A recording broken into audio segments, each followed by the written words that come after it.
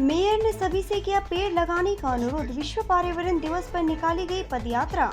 आज 5 जून को विश्व पर्यावरण दिवस मनाया जा रहा है। पर्यावरण का अर्थ उस प्राकृतिक परिवेश से है जिसमें हम रहते हैं। विश्व पर्यावरण दिवस पर सिलीगुड़ी के मेयर गौतम देव ने पर्यावरण की रक्षा के लिए लोगों से अधिक पेड़ लगाने और उन्हें रक्षा करते हेतु बड़ा करने का आह्वान किया। इसके अलावा महापौर ने समाज को जागरूक होने का आह्वान करते हुए थर्माकोल और प्लास्टिक का उपयोग नहीं करने का अनुरोध किया है। उन्होंने कहा कि नगर निगम पहले ही इन पर प्रतिबंध लगा चुका है। उन्होंने कहा कि प्रकृति के बिना मानव जीवन खत्म हो जाएगा।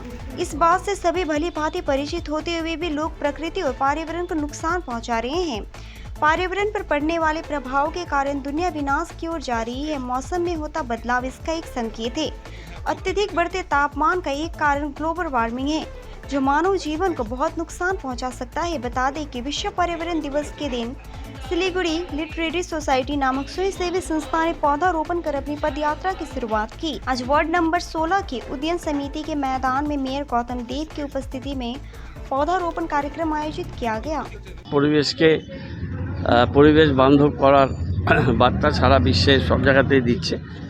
এটা একটি স্বেচ্ছাসেবী সংস্থা লিটারেরি সোসাইটি শিলিগুড়ি, নতুন সংস্থা।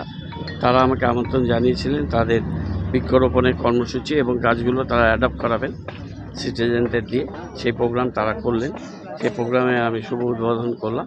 এখন পুর নিগমে যাব। পুর নিগমের দুটো প্রোগ্রাম আছে, সেই প্রোগ্রাম দুটো করব এবং সব জায়গাতেই মানুষ আজকে এই পরিবেশ দিবসে निर्मल परिवेश হোক, सुंदर परिवेश হোক, सिंगल यूज प्लास्टिक बंद হোক, থার্মোকল বন্ধ হোক এবং যত বেশি সম্ভব বৃক্ষরোপণ এটা আমাদের করতে হবে। এবং প্রচুর বৃক্ষচ্ছেদ হয়েছে।